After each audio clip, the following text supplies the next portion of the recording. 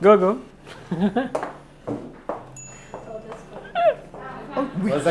No, there's no cut. No cut? E vai. All right, do one more time. All right, no, sit down. Let's do it. Let's sit down. Let's all sit down. Cut or not cut? No cut. No cut. There's no cuts. I love there's no cuts. No shortcut to paradise. Did you like that? That was complete improv. It was perfectly rehearsed, and then we had an extra person coming to the shot. I love it. It's Antoine, yes? Yeah, it is. Yeah. So another partner within AFM. Now we are in Milan. This gentleman over here is Luca Maffei, incredible perfumer. This is his business. Grazie. Behind us, you can see the laboratory, and then behind that is the whole process that happens in perfume creation. This is the wonderful Carlos, the amazing Alessandra. We're from Perris Monte Carlo. We've had an opportunity to film today within AFM, and let me just tell you, when this video comes out, I was saying to Luca, sorry, Sandra always says, finish your sentences. You are going to be so blown away at this video that we've just created. So it's a fragrance adventure, and we're showing the amazing process of perfume creation by an artist, the perfume creation from the thought all the way through to the final product, the ingredients. I was a kid in a candy shop. I honestly, it was awesome. So these beautiful people are kind enough to have a mate talk with me. But before we do anything, would you like to try your mate? Tell me what you think. Notice the perfume smells first. I love it. What are your thoughts? Wow. As a perfumer, the first thing is the smell. And we use Maté, essential oil, for the creation. And I love it because it has, for me, as an aspect that reminds also the incense. Right. And it's cool. And the taste, it's totally different. Yeah. It's more green, bitter, harsh, and it brings all the mouth. You can smell on the tongue, but very clearly all this effect. And wow, nice. It's been a pleasure being with Luca, because listening, I've always said, I just love perfume, and I love the art of perfumery. To be with Luca and to understand the deepness of creation alongside him, and listening to him explaining a perfume.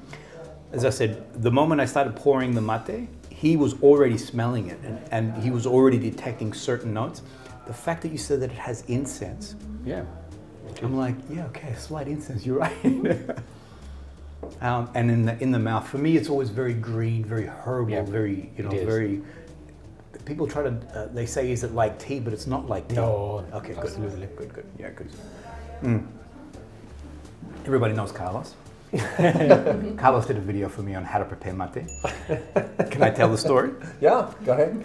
And I said to Carlos, do you want to prepare yours, or are you happy for me to do mine? And he said, no, you go ahead and prepare. Anyway,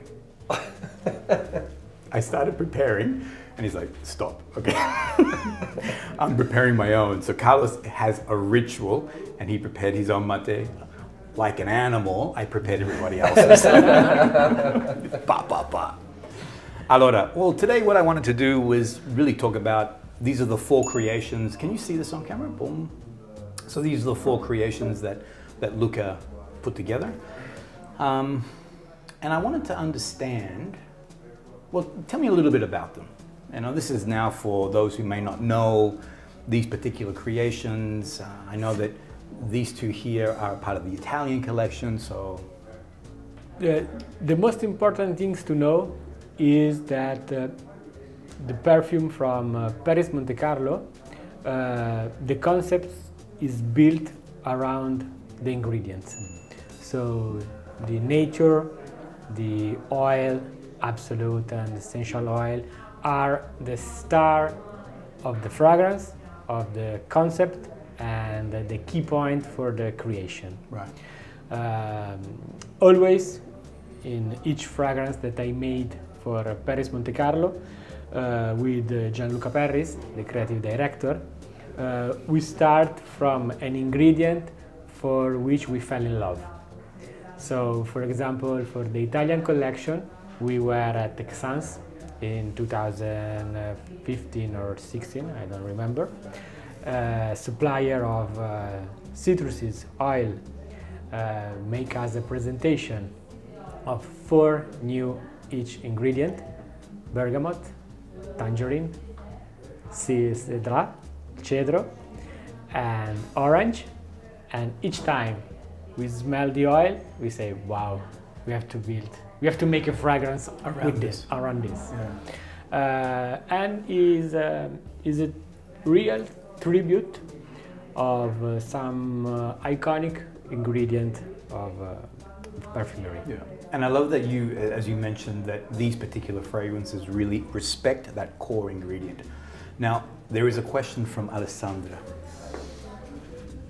Aiuto. The floor is yours. Now we're going to play classical music. We've been playing jazz up until now. No, classico.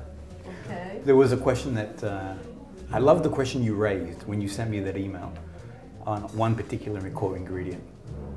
And it's a question that a lot of the audience. Everything you wanted to know about oud and never asked. Something like that. And then this is my question to Luca every time. Tell me something about ingredient. About oud, really, why this subject came up? Because it seems that oud it's a huge trend. Let's say international now. It's not now. I think it started 5 years ago, really, when everybody wanted to have oud, to wear oud. But then it's just having an evolution, and there are plenty of interpretation of oud note, accords, natural oud like our oud imperial. So to me it's really a fascinating ingredient, starting from the production, the fact that you have, as Luca told me, the black quality, the white quality according to the burning, etc. And so to me it's a very fascinating ingredient. And also all the noses, I think, have done an oud in their life, because it's really the request of the market, but I think it's also a challenge, a personal challenge. So that's why I wanted to know more. To know more, yeah. Do you find oud easy as an ingredient to? Absolutely no. Okay. Because it has a very complex and strong smell. So I start saying that oud is one of the oldest ingredient in the Arabic and Oriental culture. They start to use it as incense. So they burn the wood to perfume their houses or make some ritual. But this is still the way they're doing Yeah, right yeah. now. If Absolutely. you're traveling around the regions, you Absolutely. find It's part of their culture. yeah, Yeah. it is. Then they started to put the oil inside the fragrances. But I think the success in the European culture is the reason is that it's something that the first time that you smell the pure oud oil, you say, wow, what is it? Yeah, yeah. Because it's something that in Europe or in the US you never smelled before. Right. And so it's something that capture like a hook Yeah, your nose, Yeah. your attention, and you want to smell it again. yeah, yeah. Because I find that it is very addictive. Absolutely. Like all the animalic Right. note. The attraction repulsion is that because it's so weird, isn't it? As humans, we're disgusted by something. Ooh, but then at the same time we're like, tell me more. Yeah. Oh no. Oh, interesting. You know.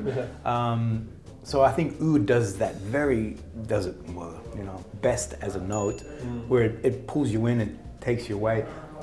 So you were saying this is your baptism? This is my baptism of mate. I've never tried it. It's so interesting. It's like Luca was saying that he smelled incense. Now it seems that I'm drinking incense. Incense, right.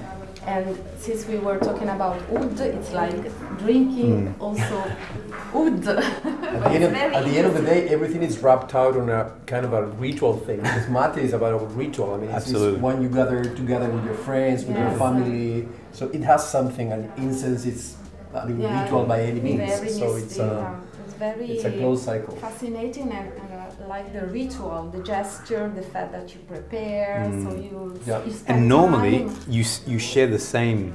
Yeah, So exactly. here, because post-COVID we're all having our own, but pre-COVID, one bombilla for everybody. Yeah. That is what I'm telling you. It's once you gather together, family, all your friends. Yeah. Even friends, like you, brand new. I mean, I was in Argentina. I was jogging through a park.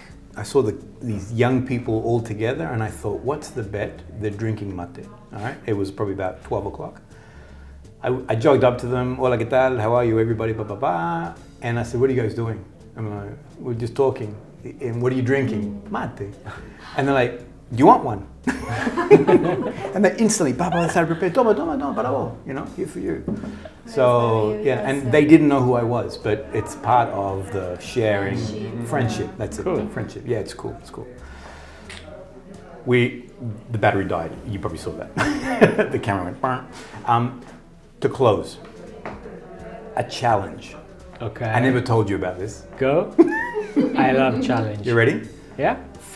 So we're going to move away from Perris Monte Carlo, okay? So, but you can choose Perris Monte Carlo. So don't be constrained. I will see. From the library that you have created, it can only be from what you've created, okay? Okay. Marcello Mastroianni, Okay. Anita Ekberg, La Dolce Vita. He's coming into Trevi Fountain. What's he wearing? What is she wearing? Ooh. What a question. What a challenge. You have 15 seconds. Okay. I have to choose something from Paris. I love it, please. Cedro di diamante for him. Okay, so he's wearing cedro, Yeah. confident, Masculine. Italiano, yes. Because I love when she says, La cultura italiana. Marcello, come here, hurry up. I love that. And what is she wearing? And she wear the rose. The rose. The Oof, I most can see that. sensual and Yeah. sexy Yeah, ingredient and smelling boom. perfumery. I can see that, absolutely. Okay, beautiful. So Marcello is wearing, or Marcello, sorry, because I say Marcello, but the Italians say Marcello. Marcello. Marcello's wearing cedro, and Anita's wearing rose. Awesome. All right, next one. I'm going to bring it forward in time now. Classic scene, La La Land. Okay. Ryan Gosling, Yeah. Emma Stone. I was going to say, what's it? Emma Stone, overlooking LA, and they start to do that dance together. The way they do the hands. I love the way they do the hands. Anyway, what are they wearing? Because in that moment they start to sweat and their fragrance begins to pop. So what would they be wearing? This time it's not from Paris. Sorry. You are free. Feel free. Sorry. You know the brand Histoire de Parfum? Yes, of course. The reference is this is not a blue bottle. Oh, yeah. 1.2. Yeah, I love it. Perfect. It's an explosion of pop, color, joy, music. And who's wearing what? Are they both wearing it? Both. Oh, they're both wearing it? Yeah. Because of course on skin it plays different. Yeah, because it's a blend between a flowery note and musky note. Beautiful. And on him the musk would come out more, and on her feminine skin the florals will pop. I love it. That's it. I was gonna close, but I'm with you guys. I'm with everyone here. So, is there anything you would like to add to that? Anything you would like to say? About La La Land, we're in About Paris. About anything. You probably get another interpretation. Yes, because Go ahead. Why not? No, Speak your mind. Yeah, why not? If I'm not wrong, Emma Stone is wearing a yellow dress. Yes. Yeah. So I would associate to our Mimosa Tanneron. Let's bring it back to Perris. I love it. Alessandra is the brand expert, all right? So Yes, She has to. otherwise, absolutely. all right. So yeah, so she's wearing the mimosa. Yes, and he's wearing, I think, cedro, because he's very Okay. You can't use cedro. sparkling Cedro's already been used Absolutely. by Marcelo. No, Okay. you have to choose something else. Oh my god. Pressure. So he's wearing or Oud Imperial because he's very bold. If I have to choose on some fragrances that are not made by me, Okay. I agree with Mimosa. Okay. And in the line Paris, for him, the Vetiver. Okay. I can see that. Very, very bold, Yeah. a bit, yes, unique. Yeah, because he's very, also a bit, how can I say, charismatic. Yeah, it is. Okay, okay. Thank you. Prego. What company I keep. This is beautiful. This is awesome. Thank you, Luca. Grazie a voi. Yeah, thank you, Alessandra, Carlos. Thank you. Thank you for this. Grazie. They made this happen. Just putting it out there. These wonderful people allowed this to occur. So I thank you both for that. Thank you so much. Pleasure. Thank you very Thank you. We'll see you, everybody. Bye. Ciao, ciao. Ciao.